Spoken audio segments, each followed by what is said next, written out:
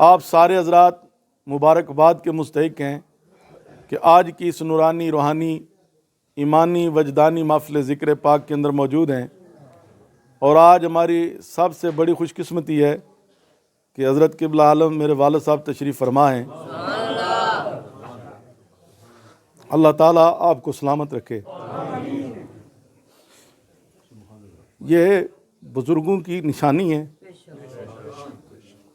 اور حضرات گرامی قدر اپنے اپنے جذبات ہوتے ہیں سب کے۔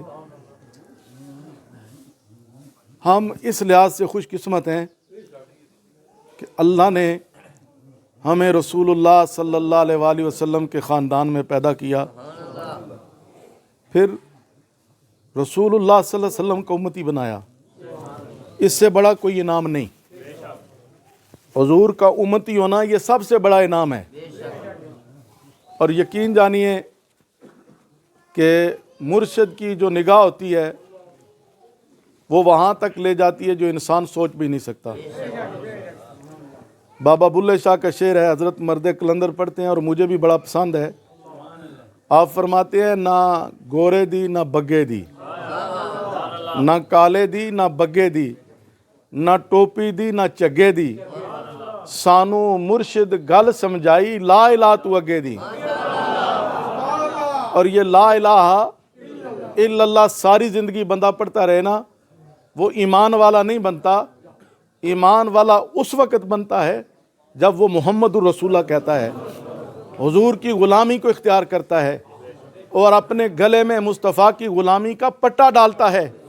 اپنے اٹھنے میں، بیٹھنے میں، چلنے میں، پھرنے میں، جلوت میں، خلوت میں، حال میں، کال میں بیٹھ جائیں۔ نہیں، گل سنو رسول اللہ صلی اللہ علیہ وآلہ وسلم کی نہیں کرو نا، محبت کو اپنے سینے کے اندر بسا لیتا ہے، وہ اس جہان میں بھی افضل والا ہے، وہ اس جہان میں بھی افضل والا ہے۔ حضرت سیدنا ابو بکر صدیق رضی اللہ عنہ کو ایسے کمال حاصل نہیں ہوا، حضرت علی شیر خدا کو ایسے کمال حاصل نہیں ہوا۔ یہ وہ ہستیاں ہیں، صحابہ کرام رضوان اللہ علیہ مجمعین، ہم سب کے ماننے والے ہیں۔ سارے صحابہ قطعی نام والے، احسان والے، جنتی ہیں، اور اس مقام پر ہیں کہ حضور نے فرمایا کہ اصحابی کالنجوم، اصحابی میرے ستارے ہیں، تم جس کے بھی پیچھے چلو گے ہدایت پا جاؤ گے۔ ہم سب کے ماننے والے ہیں، لیکن ان سب میں جو ان دو کا مقام ہے وہ کسی اور کا نہیں، چار کا۔ ان چار کے بعد سب کی اپنی اپنی فضیلت ہے۔ سب سے افضل ابو بکر صدیق ہیں، پھر عمر فاروق ہیں، پھر عثمان غنی ہیں، پھر علی شیر خدا ہیں۔ لیکن حضرات گرامی قدر ابو بکر نے بھی وفا کی حد کر دی، لیکن علی نے بھی تو اپنی وفا کی حد کر دی نا۔ ہماری کیا حیثیت ہم ان کے درمیان مقابلے کریں کہ افضل کون ہے؟ ہم سے تو سارے ہی افضل ہیں نا۔ سارے ولی اکٹھے کرو، غوث اکٹھے کرو، قطب الاقطاب اکٹھے کرو، فرد الافراد اکٹھے کرو، صحابی کے جوتے کے ساتھ لگنے والی مٹی کے برابر بھی کوئی نہیں، وہ اس سے افضل والا ہے۔ کیوں؟ اس لیے صحابی وہ ہے جس نے ایمان کی حالت میں سر کی آنکھوں سے مصطفیٰ کے چہرے کا دیدار کیا ہے، اور ایمان پر اس کی موت واقع ہوئی ہے۔ اور ان صحابہ کے بارے میں میرے کریم آقا علیہ السلام نے فرمایا کہ میرا صحابی ایک سا اللہ کے راستے میں خیرات کرے، اور اے حضرت انسان تو اس کے مقابلے میں اود پہاڑ جتنا سونا بھی اللہ کے راستے میں خیرات کرے تو تیرا سونا کم ہے، اس کا خیرات کیا ہوا وہ سا افضل ہے۔ کیوں؟ انہوں نے ابتداء اسلام میں اسلام کی خدمت کی۔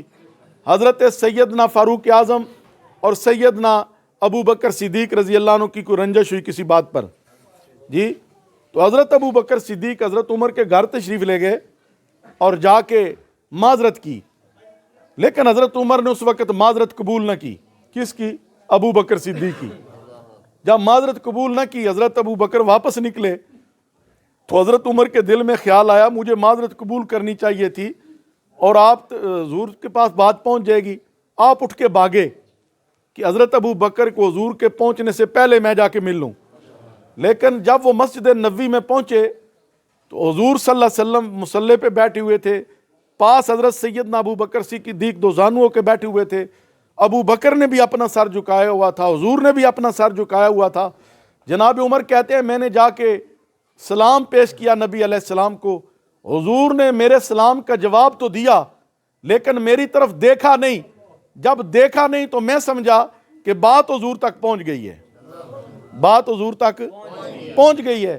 آپ فرماتے ہیں کہ میں بیٹھا اور میں نے حضور صلی اللہ علیہ وسلم کی بارگاہ اقدس میں عرض کی کہ یا رسول اللہ صلی اللہ علیہ وسلم، ابو بکر میرے پاس آئے تھے معذرت کے لیے، میں نے ان کی معذرت قبول نہ کی اس وقت، لیکن اب میں معذرت کے لیے آیا ہوں، انہیں کہیں کہ یہ مجھ سے راضی ہو جائیں، یہ میرے پاس گئے، میں نے معذرت قبول، اس لیے میں معذرت کرنے کے لیے آیا ہوں۔ تو حضرت رسول اکرم صلی اللہ علیہ وسلم کی آنکھوں میں آنسو آ گئے۔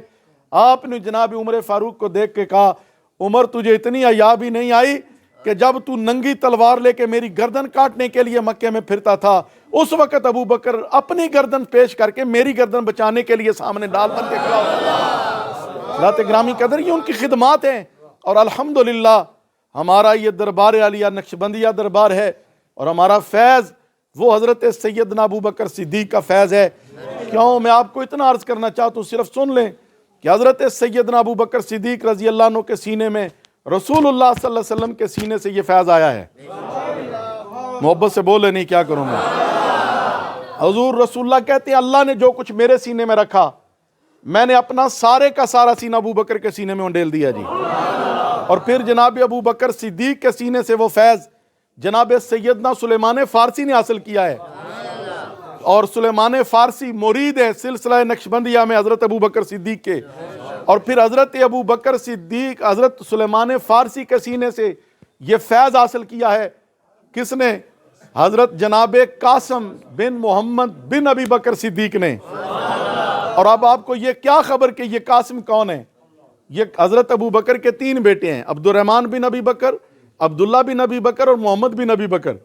عبداللہ شہید ہو گئے تھے، اور یہ محمد بن ابی بکر جو ہیں، ان کے بارے میں مولا کائنات علی شیر خدا فرماتے ہیں اس کو دنیا میں لانے والا اس کا باپ ابو بکر ہے، لیکن اسے پروان چڑھا کے اس کی نشو و نما کر کے اس کو اخلاق اور تربیت کرنے والا اس کا باپ علی شیر خدا ہے۔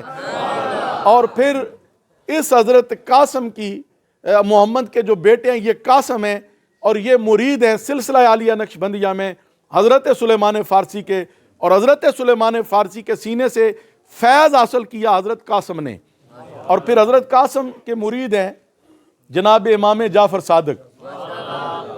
آج کچھ لوگ اپنے آپ کو جعفری اور پتہ نہیں کیا کیا کہتے ہیں، الحمدللہ ہمارا نسب بھی جعفری ہے اور ہمارا عقیدہ بھی جعفری ہے۔ کیوں؟ حضرت امام حسین کے کربلا میں بچ جانے والے بیٹے علی ہیں، پتہ ہے آپ کو؟ ان کا نام علی ہے، ان کا لقب زین العابدین ہے، امام سجاد ہے۔ ان کے بیٹے ہیں محمد الباقر، ان کی شادی ہوئی ہے جناب حضرت سیدنا قاسم بن محمد بن ابی بکر کی بیٹی ام فروا سے، اور اس ام فروا سے جو بیٹا پیدا ہوا ہے اس کا نام ہے جناب سیدنا امام جعفر صادق رضی اللہ عنہ۔ اور اس امام جعفر صادق کے آگے بیٹے امام موسیٰ کاظم۔ تھوڑی سی بات سن لیں، میں اپنے نسب کی بھی آپ کو بتا دیتا ہوں، ایسے نہیں ہے ہمارے نسب میں، ہمارا نسب بھی رسول اللہ تک ہے، اور ہمارا شجرہ طریقت بھی رسول اللہ تک ہے۔ ایسے نہیں بیٹھے ہوئے، ان کی نگاہ ہے پیچھے،